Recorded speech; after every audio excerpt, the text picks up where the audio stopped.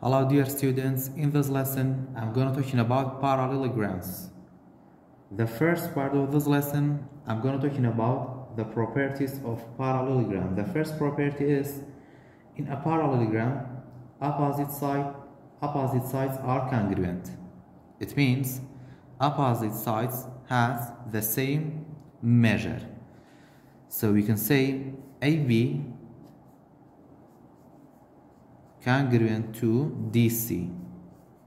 It means if the length of AB is 10 centimeter, the length of DC also is 10 centimeter. They are equal. And then we can say AD congruent to BC.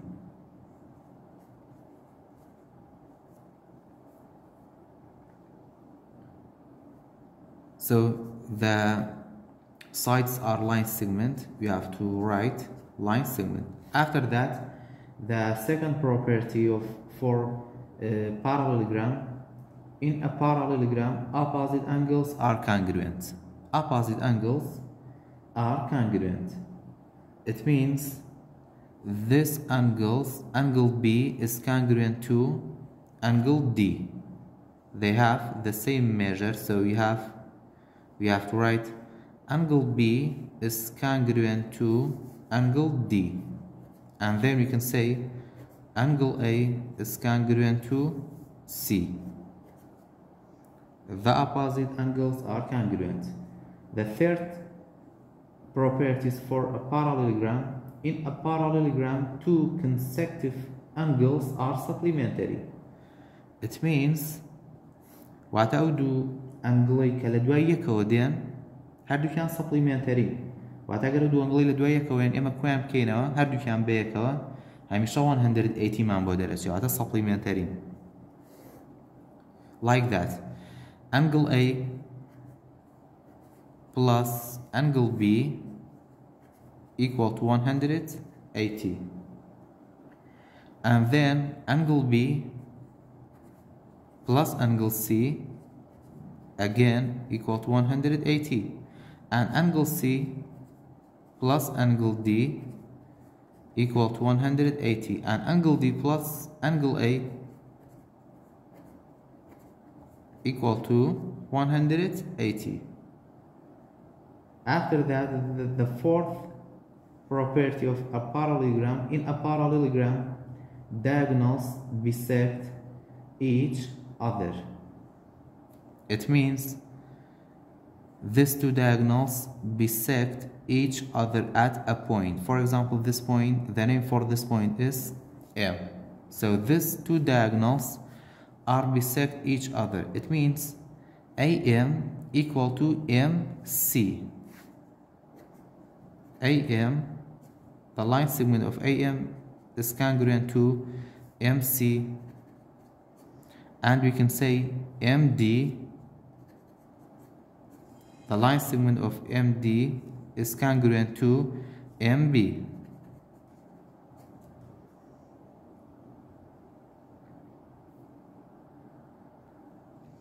After that, we have this figure. This figure is parallelogram. We have to find the measure of AD and then the angle C. First, I'm going to find the measure of AD because this figure is a parallelogram. So in a parallelogram, opposite sides are congruent. It means AD, the line segment of AD is congruent to the line segment of BC. So we can say AD, the line segment of AD is congruent to the line segment of BC. Opposite sides are congruent, and then we can say AD is 7x equal to BC is 6x plus 19.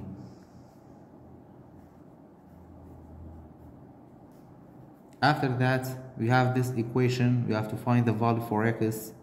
We can combine in the like terms. We have 7x, and then positive 6x become negative 6x equal to 19. 7 minus 6 is 1x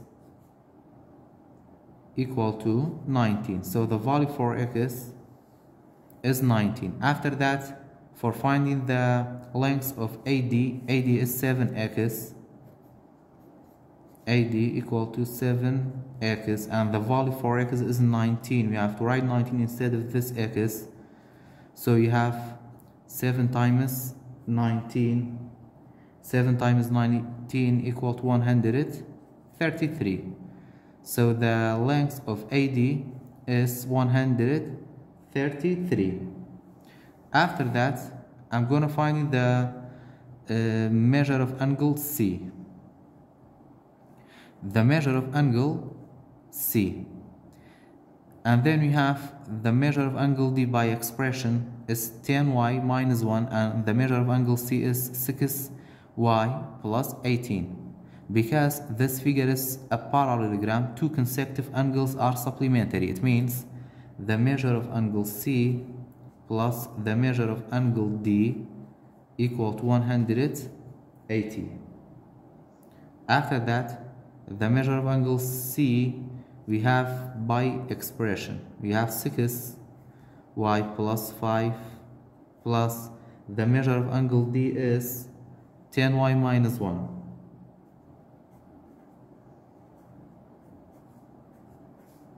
After that, equal to 118. We can remove the bracket 6y plus 5 plus 10y minus 1 equal to 180. And then we can solve in the like terms. 6y plus 10y equal to 16y, and then positive 5, negative 5. Positive times negative is negative. You have to subtract 5 minus 1 is 4, and then you have to write the sign of the large number. Large number is 5, 5 is positive. You have to write positive equal to 180. And then we have to change the place of positive 4 into the right side. You have 16y equal to 180 minus 4. And then 16y equal to 180 minus 4 equal to 176. And then you have to divide both sides by 16. So these two 16s are reduced. Y equal to 176 divided by 16 equal to 11. So the value for y is 11. After that, we have to find the measure of angle C.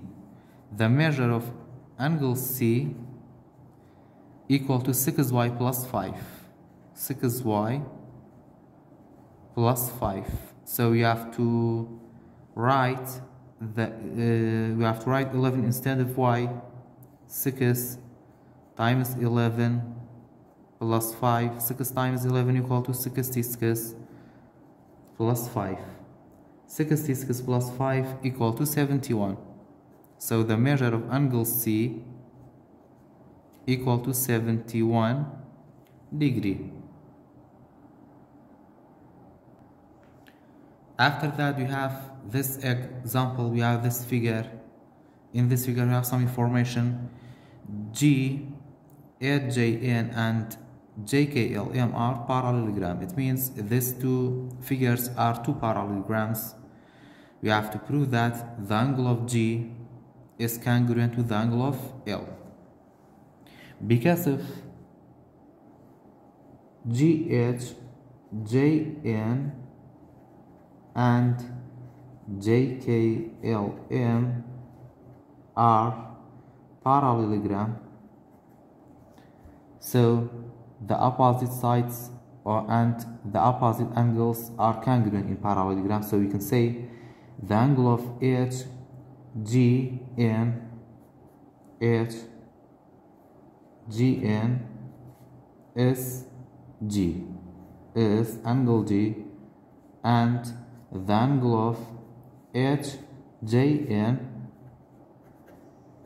is the angle J, and then we can say the angle of KJM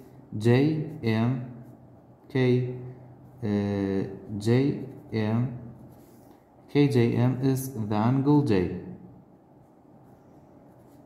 and the angle KLM is the angle L.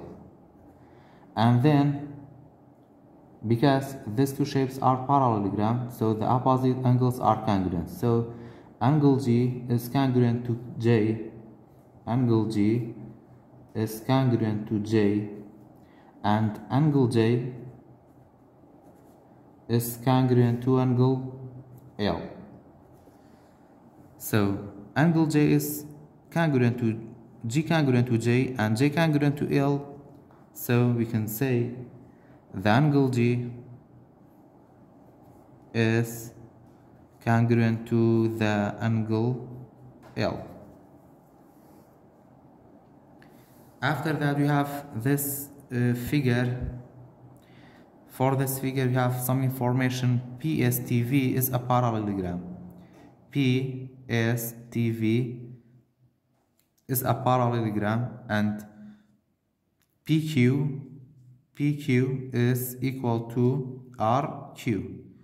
Prove that STV, the angle of STV, is equal to the angle R, this angle. So we can say the angle of STV is congruent to the angle of TVR. STV, the angle of STV is congruent to the angle TVR, because they are vertical angles. After that, we can say the triangle TVR is an isosceles triangle. TVR is an isosceles triangle because the base of the angles are congruent. These two angles are congruent. So this triangle is an isosceles triangle. So the measure of TRV, the measure of TRV, the angle of TRV is equal to the measure of angle TVR. Measure of angle TVR, because the base of the angles are congruent. So in the end we can say STV, the angle of STV is equal to the angle R by parallelogram property.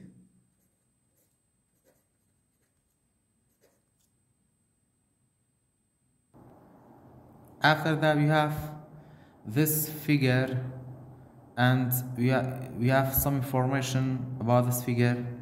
MSBL and MCDL are a parallelogram. These two shapes are a parallelogram. We have to prove that SBDC is a parallelogram. SBDC, we have to prove that SBDC is a parallelogram. So we can say MSBL is a parallelogram. MSBL is a parallelogram.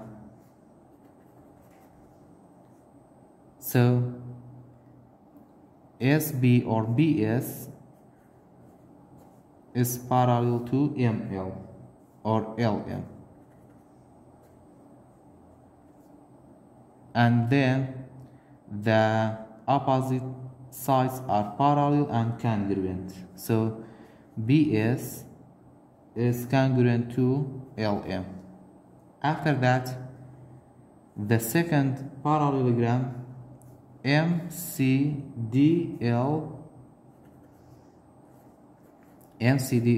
is a parallelogram.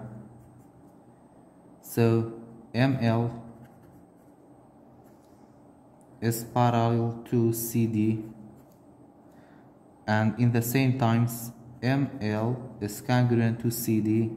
Opposite sides are congruent and parallel in parallelogram. So we can say SBDC is a parallelogram because SB is parallel to ML, and in the same times ML is parallel to CD. So SB is parallel to CD.